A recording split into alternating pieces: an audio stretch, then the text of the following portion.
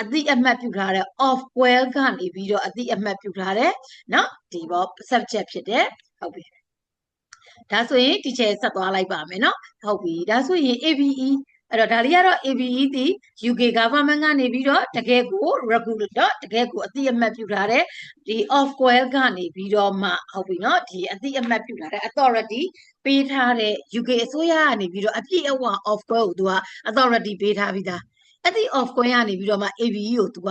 ထောက်ခံပေးထားတာဟုတ်ပြီနော်ဒါကြောင့်မလို့တခြားတို့ ABE ဒီ of well ကနေပြီးတော့ထောက်ခံပေးထားတဲ့တခြားတို့ဘွဲဖြစ်တယ်ဟုတ်ပြီနော်ဒါဆိုရင်မမှန်ကန်စရာယုံကြည်စိတ်ချမှုမရှိစရာလုံးဝမရှိတော့ဘူး။ဘာကြောင့်လဲဆိုတော့ of quell ဆိုတာဒီ of quell လို့ပြောလိုက်တာနဲ့ဟာ UK ကနော်အော် regulated အဖွဲ့အစည်းပဲလူတကာကနော်ဒီလိုမျိုးတချို့တို့လက်ခံကြတယ်ပေါ့နော်ဟုတ်ပါပြီ။ဒါဆိုရင်တချို့တို့ဆက်သွားလိုက်မယ်နော်ဟုတ်ပြီ။ဒါဆိုရင် ABE ကနေပြီးတော့ရလာမဲ့ diploma တွေဘွဲတွေကဟုတ်ပြီနော်ဘလို့ qualification နဲ့ညီမျှမှာလဲဒါကို teacher တို့ကဒီမှာသိသိချင်တာဟုတ်ပြီနော်ဒါဆိုရင် ABE ကနေပြီးတော့ teacher တို့က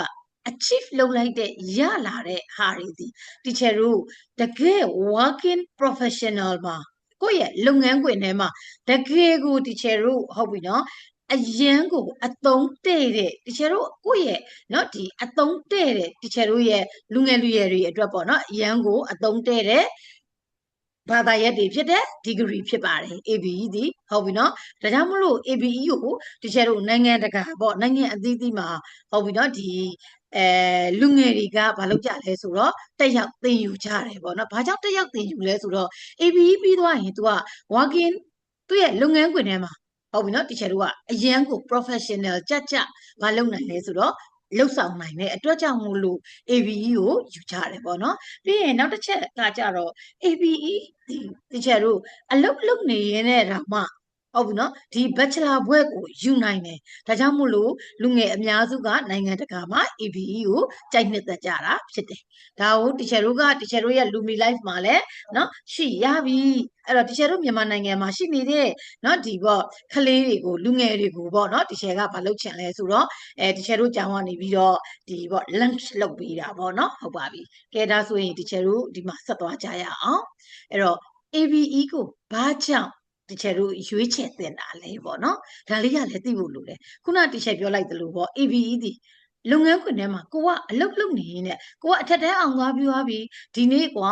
ခေတ်အခါမှာဆိုရင် teacher တို့ရဲ့မြန်မာနိုင်ငံကနော် teacher တို့ငွေကြီးအရာတော့အလကားပေါ့ teacher တို့နော်ဟိုပေါ့နည်းနည်းကြက်တဲမှုလေးတွေကမိဘတွေမှာကြုံတွေ့လာကြရပြီနော်အဲ့ဒီအခါမှာ teacher တို့ကနော် UK မှာလည်း3နှစ်လုံးသွားပြီးတော့UK ဘွဲ့ကိုလည်းလူချင်တယ်ဒီ3နှစ်လုံးလဲ UK မှာကျောင်းသွားတက်မယ်ဆိုရင်တစ်နှစ်ကစရိတ်ကရမ်းများတယ်ဟုတ်ပြီနော်ဒါ living cost ကလည်းရမ်းမြင့်တယ်အဲ့တော့မိဘတွေကပို့ချင်တော့လဲ teacher တို့ budget က save မဖြစ်ဘူးဒါဆိုရင်အဲ့မိဘတွေဝမ်းနေစရာလည်းမလိုဘူးစိတ်အားငယ်စရာလည်းမလိုဘူးဟုတ်ပြီနော်အဲ့တော့ကျောင်းသားကျောင်းသူတွေမှာလဲဟာငါကအထက်တန်းအောင်ထားပြီးတော့သူများတွေကတော့ international မှာသွားတက်နေကြတယ်ငါမှာတော့ငါမိဘတွေက budget မနိုင်တဲ့အတွက်ကြောင့်မို့လို့မသွားနိုင်ငါမသွားရောက်နော်ငါမတက်နိုင်ဘူးဆိုပြီးတော့လေတချို့တို့နော်ဒီ depression ဝင်စရာမလိုဘူးဒါကိုသိစေချင်တာ ABE ကိုတချို့တို့နော်ဒီ live လုပ်ပြရတဲ့အကြောင်းရင်းဒီအဲ့တော့ဒီ ABE UK Bachelor တည်เนาะတချို့တို့ဒီပေါ့မြန်မာနိုင်ငံမှာပဲတချို့တို့ကတက်မယ်ဟုတ်ပြီတက်လို့ရတယ်စရိတ်ရမ်းတက်တာတယ်ဟုတ်ပြီเนาะအဲ့တော့ဘွဲ့3နှစ်လုံးမြန်မာနိုင်ငံမှာပဲတက်မယ်တက်လို့ရပါတယ်အဲ့တော့3နှစ်လုံးမတက်ဘူးကျွန်တော်တို့ကတော့2နှစ်ပဲတက်မယ်ပြီးသွားရင်နောက်ဆုံးနှစ်ကိုတော့เนาะဒီပေါ့ဒီ international ရဲ့ exposure လေးလိုချင်လို့overseas သွားကျင်တယ်ရတယ်တချို့တို့ UK သွားမလားဟုတ်ပြီနော်အဲ့တော့ဒီ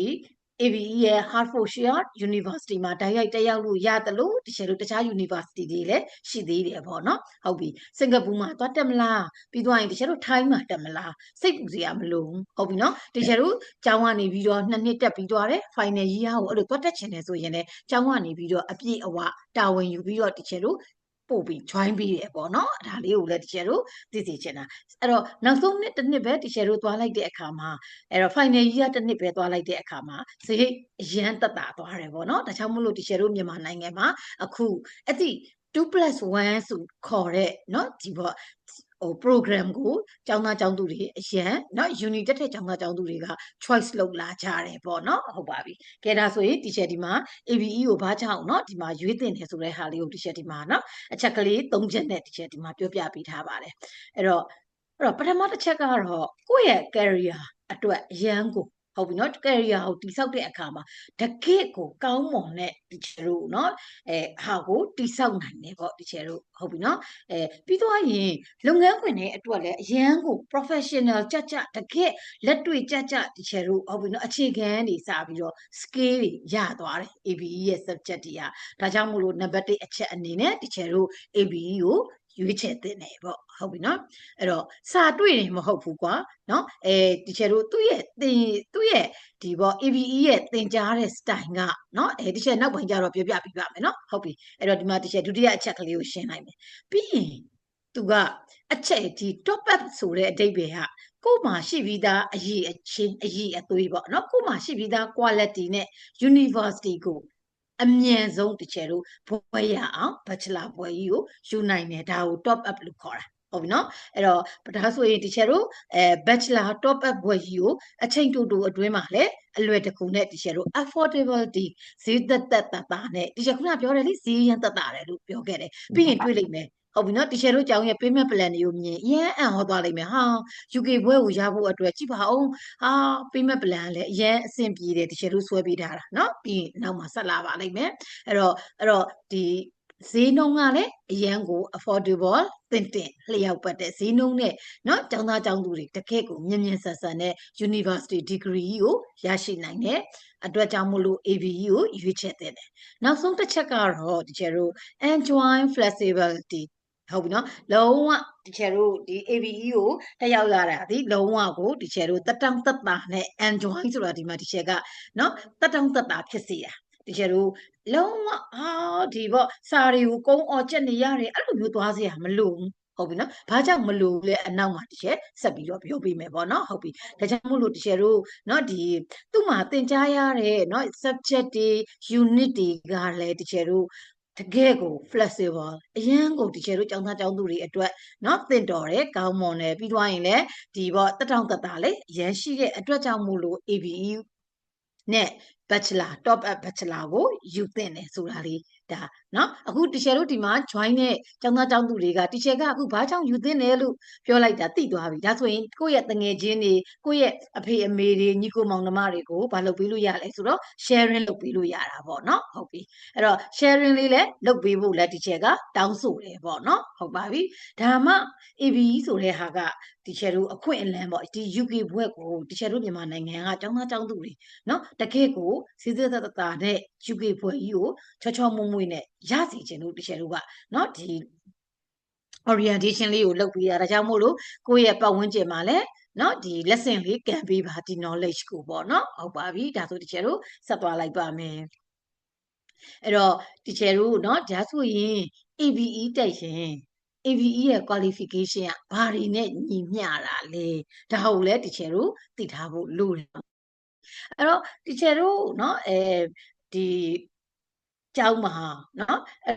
တော့အများစုကျောင်းတွေမှာကတော့ level 4 5เนาะ level 4 5ပဲရှိတာများတယ် teacher တို့ကတော့teacher တို့ရဲ့နော်ဒီပေါ့မြန်မာနိုင်ငံမှာဒီပေါ့အထက်တန်းတကယ်လို့များအထက်တန်းမှာတက်နေတဲ့ကလေးတွေက university ကိုတက်ချင်တယ်နော်တက်ရောက်ချင်တယ်တပိုင်းတစနဲ့အထက်တန်းကိုမအောင်ပေါ့ကွာဖြစ်နေတဲ့ကလေးမျိုးတွေရှိရင်လဲ university ကိုအလွယ်တကူနဲ့ခုနကတော့ teacher ပြောလိုက်တယ်လို့လေ top up bachelor เนาะအချိန်တူနဲ့ကို့မှာရှိတဲ့ quality နဲ့မြင်မြင်ဆန်ဆန်နဲ့စီတက်နဲ့ရောက်နိုင်တဲ့ရနိုင်တဲ့ဘွဲ့ဒါကြောင့်မို့လို့ teacher တို့ဒီမှာ level 3ကိုလည်း teacher တို့ကထည့်ပေးထားတယ်အဲ့တော့ဒါဆိုရင် level 3ဆိုတာဘာလဲဒါကို teacher တို့သိဖို့လိုတယ်အဲ့တော့ level 3ဆိုတာဟုတ်ပြီနော် teacher တို့ UK ရဲ့ A-level နဲ့လည်းညီမျှတယ်ဟုတ်ပြီနော်အဲ့တော့ပြီးရင် teacher တို့ဒါဆိုရင်အဲ့တော့ level 3ပြီးသွားရင် teacher တို့ certificate ဒါမှမဟုတ် diploma level 3 diploma ကိုတချေတို့ရရှိတယ်အဲ့တော့ ABE မှာတော့ diploma ကိုရရှိတယ်တခြားဥစားပေါ့ဒီပေါ့နော် major တခြား major ဆိုတာကွာတချေတို့ HND တို့ Higher National Diploma တို့ဘာလို့ကြားဖို့လိမ့်မယ်ဟုတ်ပြီနော် PSN ရဲ့ Higher National Diploma တို့ဘာလို့မှာဆိုရင်တော့ diploma မဟုတ်ဘူးသူက certificate ပေါ့တချေတို့ level 5ကမှသူက diploma လို့စခေါ်တာဟုတ်ပြီနော်အဲ့တော့ဒါဆိုရင်တချေတို့ဒီ level 3ကိုတက်ချင်တဲ့เนาะကလေးတွေဒီဘလို့ကလေးမျိုးတွေတချေတို့စီမှာ join လို့ရလဲဆိုတော့အထက်တဲမအောင်သေးသောကလေးများအားလုံး level 3ကနေစပြီးတော့ join လို့ရပါတယ်ဟုတ်ပြီနော်ဒါဆိုရင် level 3တက်လိုက်မယ်ပြီး level 3ရဲ့ diploma လက်မှတ်တစ်ခုရမယ်သူကတန်း level တစ်ခုပြီးတိုင်း diploma လက်မှတ်တစ်ခုရသွားမယ်ဟုတ်ပြီနော်ဒါဆိုရင်အဲ့တော့တကယ်ဆိုရင်တော့ university က level 4မှာစတာเนาะတက္ကသိုလ် first year ပေါ့ first year ပထမနှစ်ဒီဟုတ်ပြီနော်အဲ့တော့ teacher တို့က level 4တက်ချင် teacher တို့เนาะဒီပေါ့အထက်တန်းအောင်ထားရမယ် grade 12စနစ်သစ် grade 12ထားရမယ်စနစ်ဟောင်း grade 10အောင်ထားတဲ့ကလေးတွေဟုတ်ပြီနော်ပြီးရင် IGCSE A level အောင်ထားတဲ့ကလေးတွေပြီးသွားရင် teacher တို့เนาะဒီGED အောင်ထားတဲ့ကလေးတွေအားလုံး level 4ကနေစတက်လို့ရပါတယ်ဟုတ်ပြီနော်အဲ့တော့ level 4တစ်နှစ်တက်လိုက်မယ်1 year ပေါ့နော်1 year ဒါပေမဲ့စသင်ကာလကတော့ teacher တို့ကိုဥစားပေါ့6လလောက်ပဲရှိပါတယ်เนาะအဲ့တော့ level 4တက်လိုက်တယ်ဆိုရင် teacher တို့ကเนาะဒီမှာ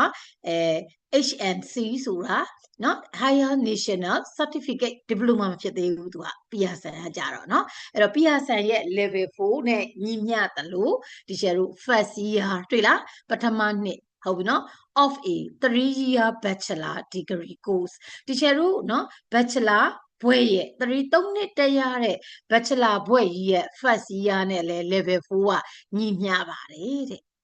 ရမယ်နော်အဲ့တော့ HND တက်နေတဲ့ကျောင်းသားကျောင်းသူတွေ level 4နဲ့เนาะ teacher တို့ရဲ့ ABE level 4နဲ့အတူတူပဲတူတယ်လို့မျိုး teacher တို့เนาะဒီပေါ့ bachelor ဘွဲ့ရဲ့တက္ကသိုလ်ရဲ့ first year နဲ့လည်းအတူတူပါပဲ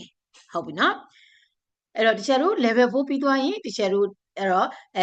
level 4 diploma certificate တခုရတော့တန်းပြီးတိုင်းတစ်နှစ်ပြီးတိုင်း diploma တခုပါရသွားတယ်ဒီလားအဲ့တော့ကိုကနောက်ဆုံးပိတ်ကွာ level 4ပြီးသွားပြီအကြောင်းမျိုးကြောင့်ပေါ့လုံးဝအကြောင်းဆက်မတက်နိုင်တော့ဘူး diploma လက်မှတ်တခုကင်ပြီးသားဖြစ်သွားပြီတွေ့လား certificate မဟုတ်ဘူးအဲ့ဒါအားသာချက်ပဲ EVE ရဲ့နော်ပြီးရင် teacher တို့ level 4အောင်သွားရင် level 5ကိုပေါ့နော်အဲ့တော့ level 5ဒီ HND Higher National Diploma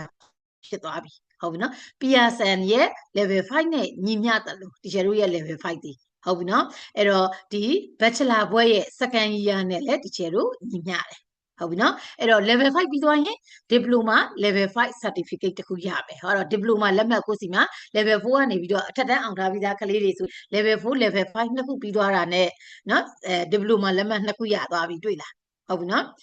ပြီးသွားရင်နောက်ဆုံး final year ခေါ်တာပေါ့နော် level 6ကိုတက်ရမယ်အဲ့တော့ level 6ကိုတက်တဲ့အခါမှာ teacher တို့